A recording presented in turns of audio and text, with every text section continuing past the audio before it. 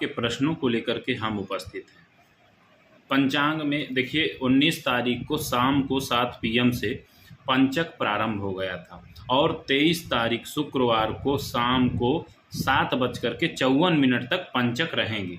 इसलिए भ्रमित ना हो, बिल्कुल स्पष्ट रूप से ये जानकारी है और आप सबको जब भी हो हमारे यूट्यूब चैनल से देखते रहिए, आपको बताएंगे। अब हम बात करेंगे पंचक के बाद जो बात हमें करना था वह यह है कि पंचक कौन कौन चीज़ों में प्रभावित होता है, पंचक में क्या क्या करना चाहिए, क्या नहीं करना चाहिए, यह भी मैं साथ में लेकर के उपस्थित हूँ।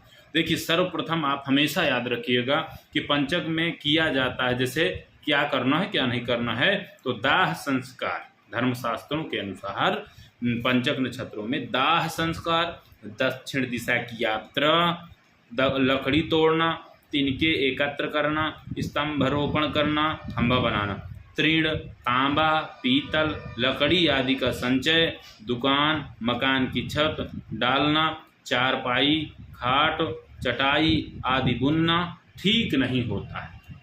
यह है आपका मुख्य रूप से पंचक में निषेध। ठीक है, पंचक में यह सब कार्य नहीं करने चाहिए। तो कभी कभी कुछ लोगों के मन में प्रश्न होता है, क्या पंचक में पूजा कर सकते हैं, शुभ या अशुभ? तो पंचक में कोई भी कार्य शुभ नहीं किया जाता, लेकिन पूजा या व्रत पर इसका कोई असर नहीं होता है। तीसरा प्रश्न है कि पंचक के देवता कौन होते हैं? तो उसके लिए पंचक के दौरान व्यक्ति को दक्षिण दिशा की यात्रा में नहीं करनी चाहिए। ऐसा माना जाता है कि ये दिशा मृत्यु के देवता यमराज की होती है। आपको यह स्पष्ट रूप से जानना चाहिए। पंचक शांति के लिए हमें क्या करना चाहिए, तो आप ध्यान से समझिएगा। पंचक शांति के लिए विधि कार्य किया जाता है तो संकट टल जाता है कि 100 के दरअसल पंडित जी के द्वारा कहे हुए शास्त्रों के अनुसार 100 के साथ आटे, बेसन या कुछ सूखी घास से बने 5 पुतले अर्थी पर रख कर इन 5 का भी 100 की तरह पूर्ण विधि विधान से अंतिम संस्कार किया जाता है। यह याद रखना है।